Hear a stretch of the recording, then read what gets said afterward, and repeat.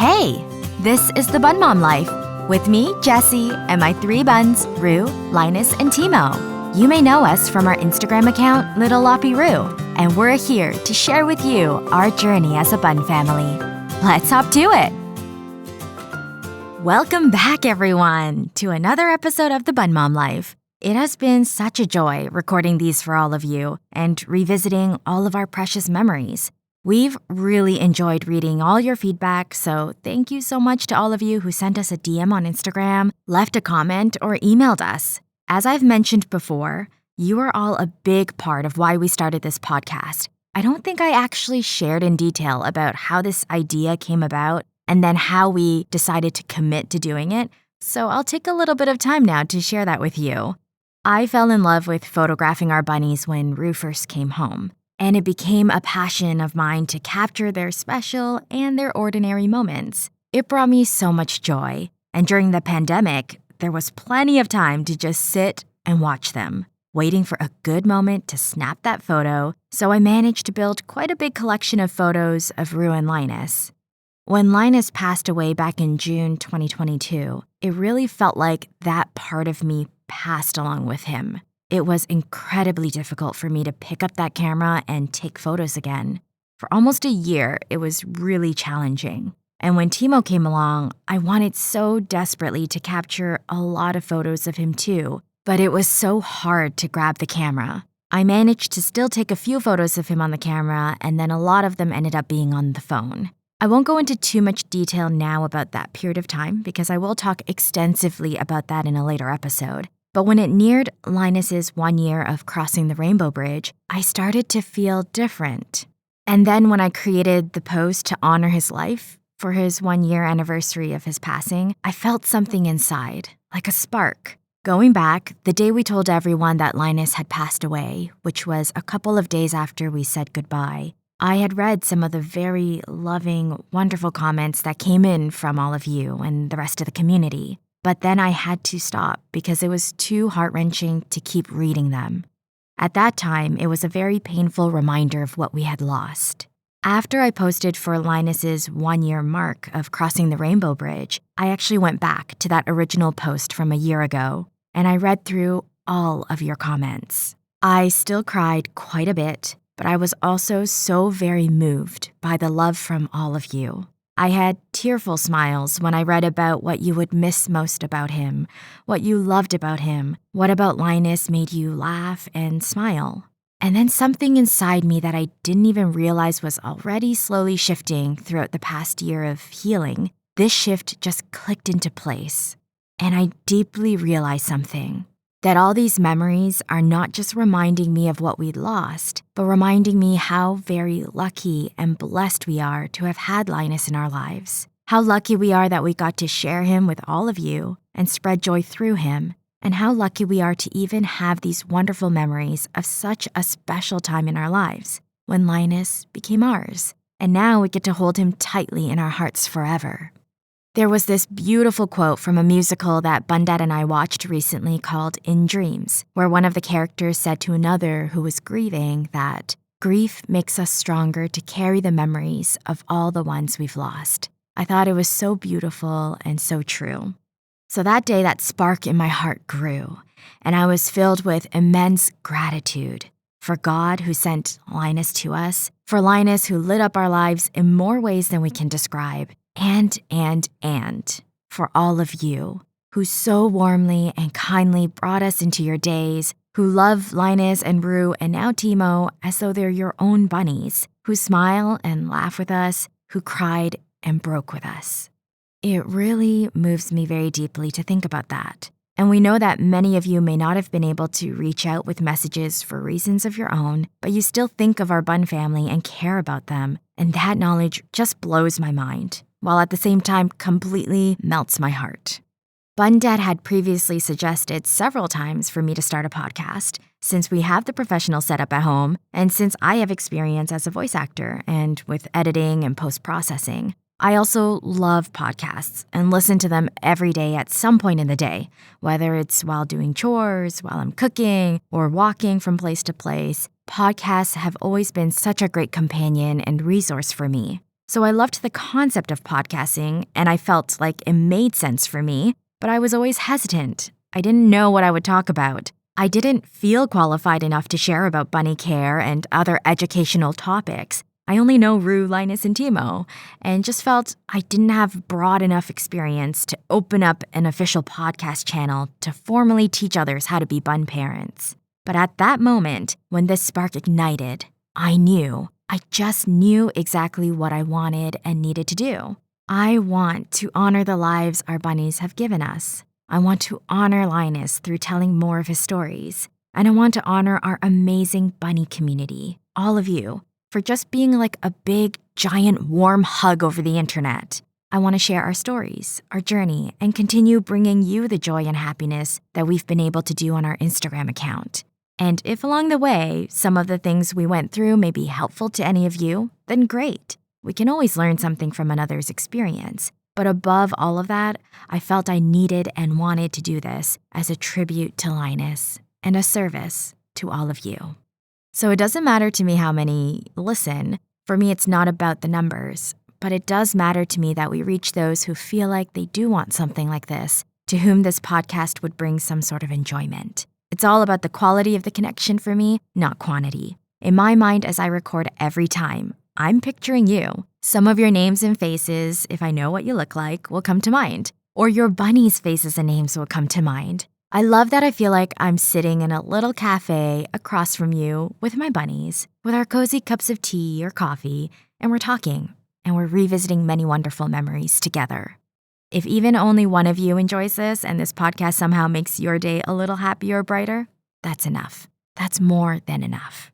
And another thing I'm discovering is that doing this and revisiting, retelling the stories of Linus has been helping a lot with the healing process. I still cry, some moments are still hard, and I'm not sure that achy feeling of loss will ever really go away. But I'm happy I've moved on to a point where I can talk about him without bursting into tears of sadness. I'm so glad we get to continue talking about Linus and honoring his life through this podcast. So thank you everyone, truly, for listening and being a part of this. In our last episode, we talked about our decision to bring home a second bunny for Rue to have a companion. Today, we're going to delve into what the bonding process was like for these two bunnies, from the pre-bonding period to the method of bonding we decided to use, and then to free roaming the two once they were bonded, and how we set up the space in our tiny condo for all of these steps. Before jumping in, I would just like to once again preface this episode with a note that I'm not a licensed professional or a vet. I'm here to share our stories. I'm just your friend, chatting with you about our personal experiences. So remember, do your own thorough research or speak with a professional in the field if you have any questions or are seeking advice for your own bunnies. So with that note out of the way, most of you, when you hear this, will immediately recognize that how we approached bonding Rue and Linus was not in a way that is typically recommended by anyone who has had experience bonding rabbits. If you listened to last week's episode, you'll know that when we brought Linus home, we had him set up in a large area of our living room that we fenced off with a single layer of fencing. We live in a very small space, so this was the only setup we could think of that would give Linus plenty of space while minimizing the intrusion into Rue's free roaming space. This setup typically wouldn't be ideal for bonding two bunnies because the space that Linus was in had already been fully explored, lived in, and claimed by Rue. So her scent was everywhere, and she probably chinned everything in our entire condo already. So that would normally make both bunnies more territorial or more aggressive towards each other, which could hinder the bonding process and even make it nearly impossible until both are moved into neutral territory. We were not super experienced with bunnies at that point. We'd only had Rue for about 6 months and never had bonding experience before. So although we researched extensively and knew that neutral territory was critical, due to our limited space, this seemed like our only option. So we just went for it and prayed everything would work out. As we mentioned in our last episode, when Rue first saw Linus, she was surprised, on alert, and was territorial for about a week. She laid plenty of poops along the fence to mark her territory, but after the first week, she stopped and would often go to the fence to visit Linus. She realized that Linus wasn't a threat and felt how much he adored her already. And this is true.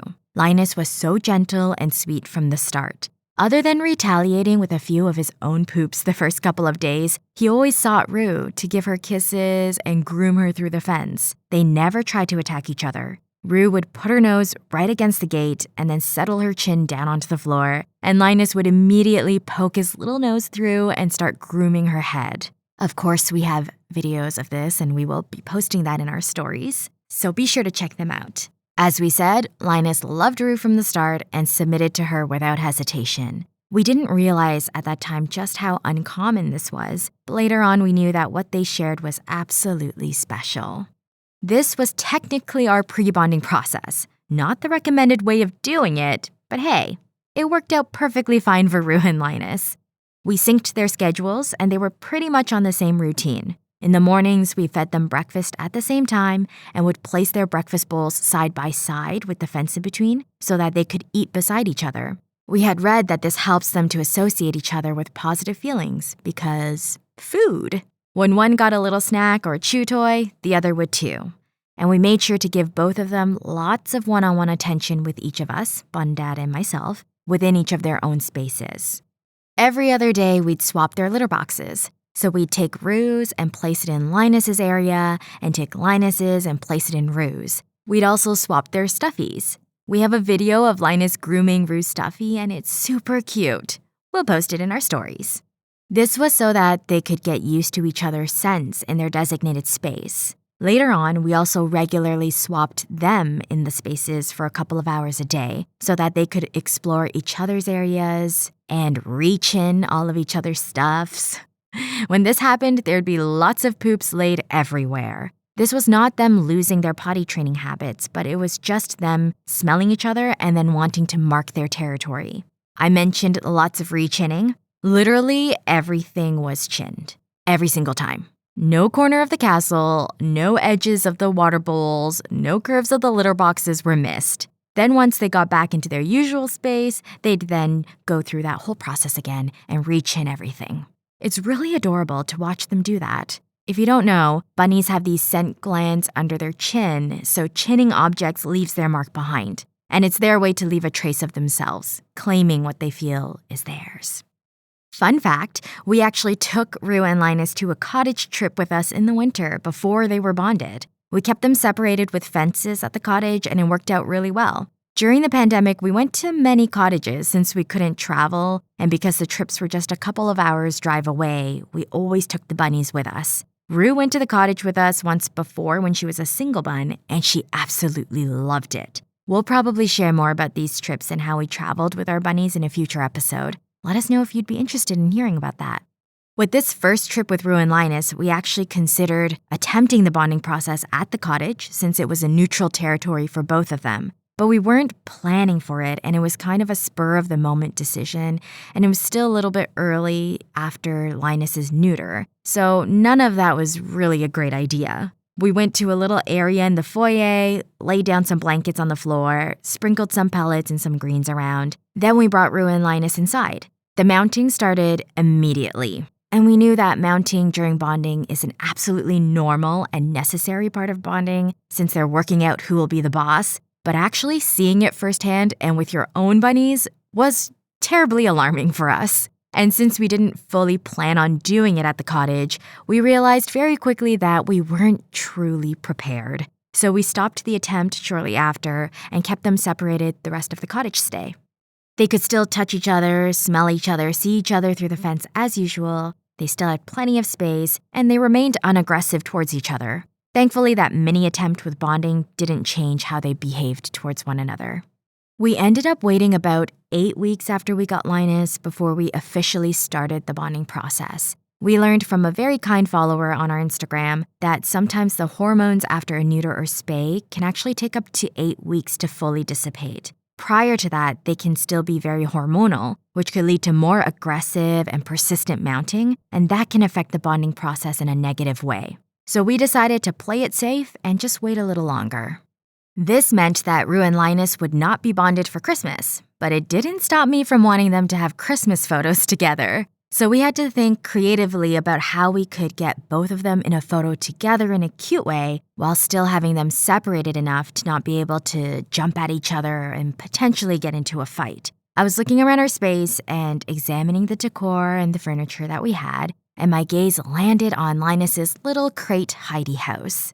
That's when I thought of an idea that just might work. I put the crate onto a tall table that I covered with a little rug, and I put the wooden crate on top with the opening facing sideways. Then I put another blanket on top of the crate and set a mini Christmas tree on there. We picked up Linus and put him inside the hidey house, and since the table was tall enough, he didn't try to jump off. He was curious and sniffing around the little space. Then we got Rue and put her on top of the crate. We put cute little red bows on them, and we were ready for the photo shoot.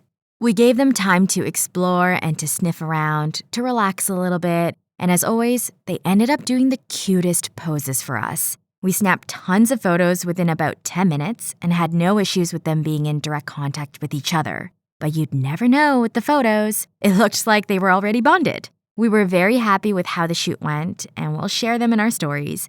And of course, they both got a nice little treato afterwards for their hard work. On January 4th was when we decided to start the official bonding. There are multiple methods of bonding, and some will say certain ones are better than others. For us, with these two, we settled on using the 24/7 bonding method. This meant that once we started putting them together from the first moment, we wouldn't separate them ever again. This can be an effective method depending on the bunnies, and it also meant that the first few days, we weren't getting much sleep. Because they were together the whole time, we had to be alert enough to hear if there were any fights and immediately separate those. We started the bonding in our dining room area, where we had cleaned it as thoroughly as we could, and we put a cot right beside them so that we could monitor them overnight as well. We had read up thoroughly on all the behaviors and ways that bunnies communicate with each other during the bonding process, and what behaviors we should allow to continue, and when it is time to intervene with a dustpan and gloves to separate them. That's if any fighting got too serious. In case any of you listening don't have bunnies of your own and are curious, the dustpan and gloves is to protect the bun parents. Because when bunnies fight, they have their eyes closed and they just go at each other. So they won't know if it's your hand in the way. They will just bite you accidentally. So the dustpan and gloves were our armor and shield. Needless to say, we were nervous. We used our fences to set up a small enclosed space and covered the area with pee pads. Nothing else was inside at the start. We'll share a photo of this setup in our stories just so you all can be in the loop. Then we put Rue and Linus inside. The mounting started, and both of them were mounting each other, so both were trying to exert dominance. We were really nervous. We thought it was so scary, especially when we saw the beginnings of little bunny tornadoes, which we'll also show in our stories. But these two were actually super mild and chill compared to other pairs that we've seen going at it. On a scale of 0 to 10 for aggressiveness, they were probably like a 1 or a 0.5. So I guess we had nothing really to worry about. But it was our first time, and it was our babies, so it made us really anxious. So on the first day, we had mounting, we had light bunny tornadoes, and also lots of Linus grooming Rue, already on the first day. Then they were flopping beside each other, and we actually have one video clip of Linus flopping on top of Rue's head, and then them sleeping side by side.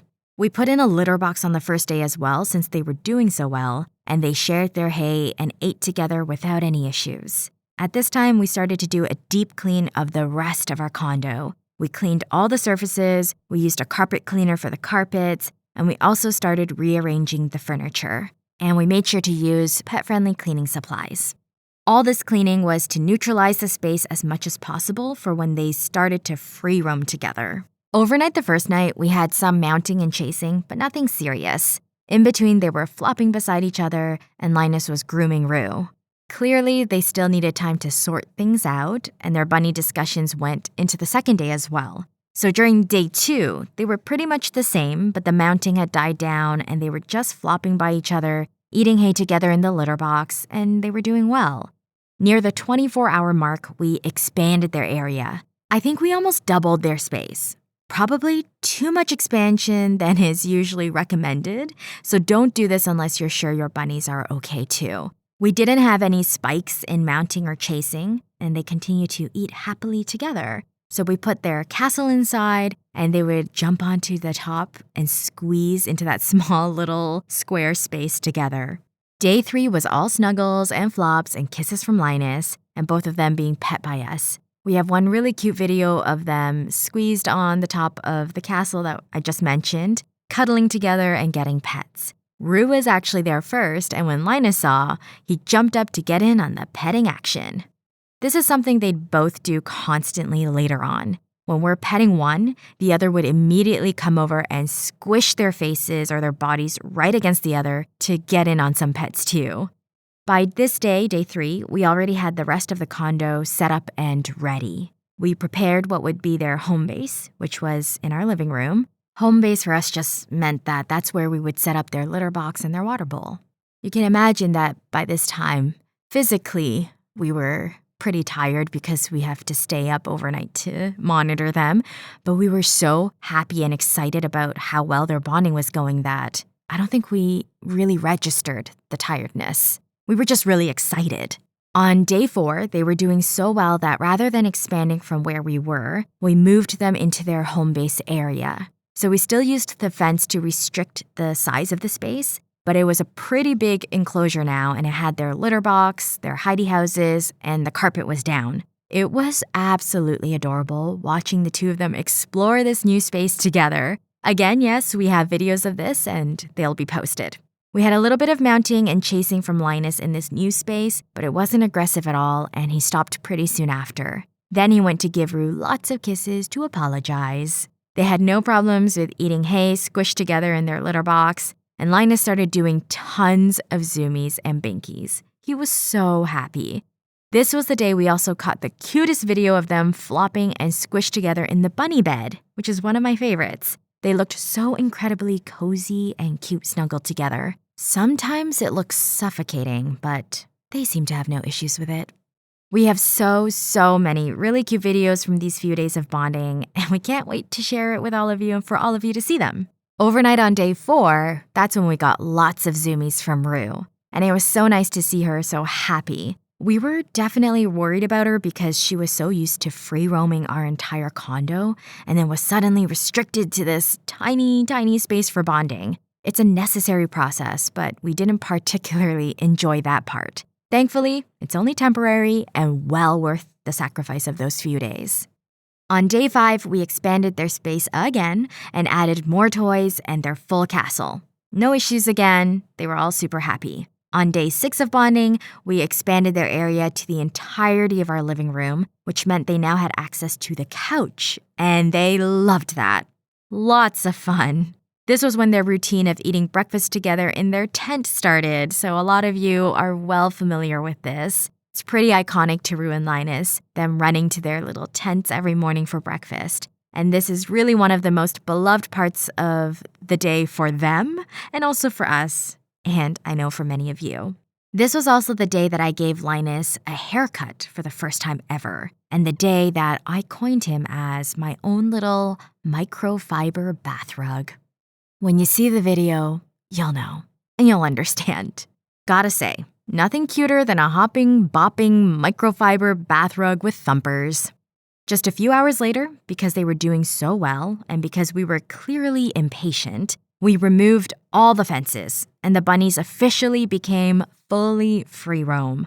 Every part of the condo was accessible to them. And what a joy it was for them and for us. This was when Rue took Linus on a tour of the rest of our home and took him on little adventures for him to discover. We have a video of Rue leading Linus along our bedroom windowsill, just being the perfect little tour guide for him, and it's really cute. The first night of them being a fully free-roaming bonded pair, they both came into our bedroom at night when we were getting ready for bed, and they slept under the bed with us. Absolutely perfect. Having a bonded pair running around our house was the best thing ever. Seeing them do everything together was beyond adorable, and their personalities really shone through in their relationship. Rue, the brave, feisty, adventurous one, would boldly explore all these areas and jump everywhere. And tagging along behind her was the ever timid and sweet Linus, being brave because of her when normally it probably would have taken him a lot longer to dare to do anything she was doing. They snuggled together all the time. Linus poured out all his love and affection on her, and for the longest time, it was always just Linus grooming Rue, and Rue never grooming him back. So we always made sure to give Linus lots of pets and snuggles to make up for that. After I think it was 6 months was when Rue started grooming him back and grooming him regularly. He was a very happy boy then. It was a great relief for us that Rue had Linus as her companion all the time. We knew she was never lonely and she always had some bun to be with, whether it was for the few hours during the day when we were away or overnight when we were asleep. Very quickly, Rue had taught Linus to jump into our bed, and they'd both snuggle up at our feet to sleep with us at night. We would often either wake up in the middle of the night or in the early hours of the morning, and we would just see Rue and Linus snuggled up at our feet. And during the day, when we'd leave home for something and come back, we'd often find those two lounging in our bed. That was one of their favorite spots in our home. There really is nothing like having a bonded pair of bunnies who love each other very much, and we had the best time following their adventures together and documenting them. This is one of the things that we missed the most after Linus's passing, seeing him and Rue together. When Rue and Linus were bonded, we got asked a lot whether Rue's relationship with us changed. I think this is something that some people are afraid of when it comes to finding their bunnies a friend, that the cozy, cuddly, snuggly relationship they have with their bunny might change when their bunny has a companion. With us, Rue's behavior didn't actually change all that much other than she was a lot less needy, which is a good thing because her neediness was a result of her need for a companion. So with Linus, she was less needy, but she would still come to us for pets all the time. Nothing compares to pets from your bun parents. And now the bonus was that we had 2 bunnies coming along for snuggles instead of just 1. It's worth it. It really is. We have so many stories of them together and all their shenanigans, which we will definitely share about in future episodes, so stay tuned. But before we jump into all those stories, I think we'll be talking about Timo in our next episode. I just want to be able to introduce all of our bunnies in the early episodes first. So we're not really going in chronological order of events. We'll be jumping all over the place. And that's the story of our bonding process with Rue and Linus. We hope you enjoyed listening. As always, we'd love to hear your thoughts, so please send us a message on our Instagram or through our website. And don't forget to visit our Instagram stories for all the past videos and photos that are related to this episode. If you don't get a chance to listen to any of the episodes until a few days after they've been released, don't worry, the photos and stories are all still available. They'll be saved in our highlights on our Instagram page, so you can view them at your convenience. In case nobody has told you yet today, remember that you are loved and you are cherished. There's a rainbow in every storm and always something to be grateful for. That is something that Linus has taught us. Have a wonderful rest of the day or night wherever you are, and we'll meet here again in 2 weeks. Our buns send you lots of boops. Bye!